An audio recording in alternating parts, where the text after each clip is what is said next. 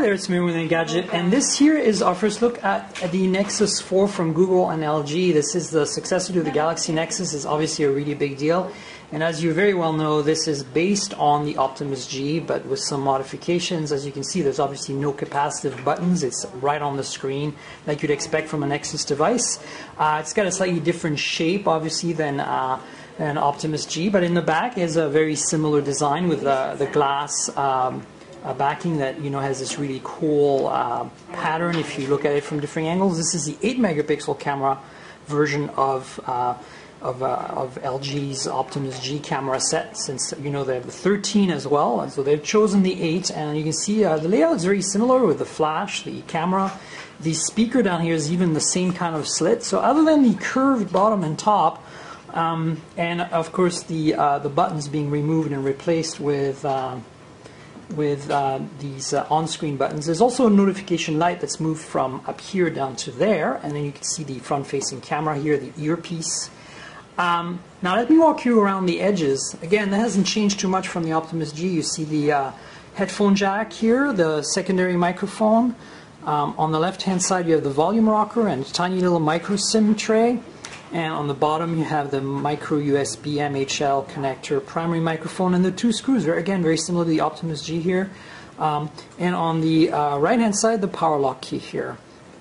And that's pretty much a walk around the phone. Now I just wanted to point out a few other cool things about this. Obviously, this is running the latest iteration of Android, which is Android 4.2, and there's a bunch of really cool features like this shortcut for turning on and off Bluetooth, etc. for example.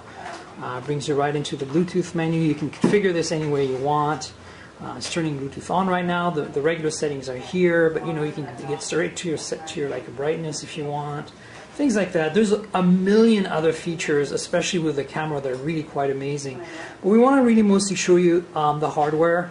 Obviously, the guts are the same as the Optimus G. It's a Qualcomm Snapdragon S4 Pro running at 1.5 gigahertz, meaning it's a quad-core CPU, one of the fastest on the market today.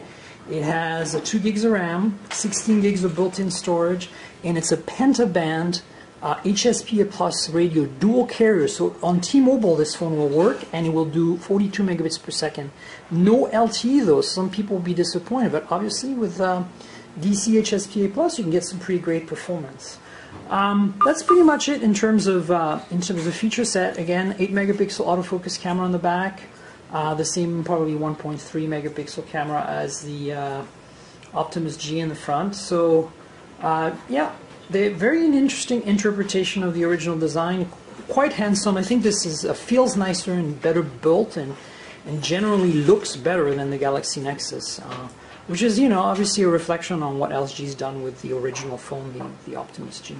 So there you have it, the Nexus 4 from Google and LG.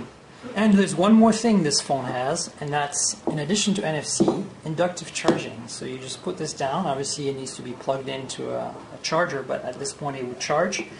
This is what the little module looks like. It's rubberized, so it sticks to the glass finish in the back.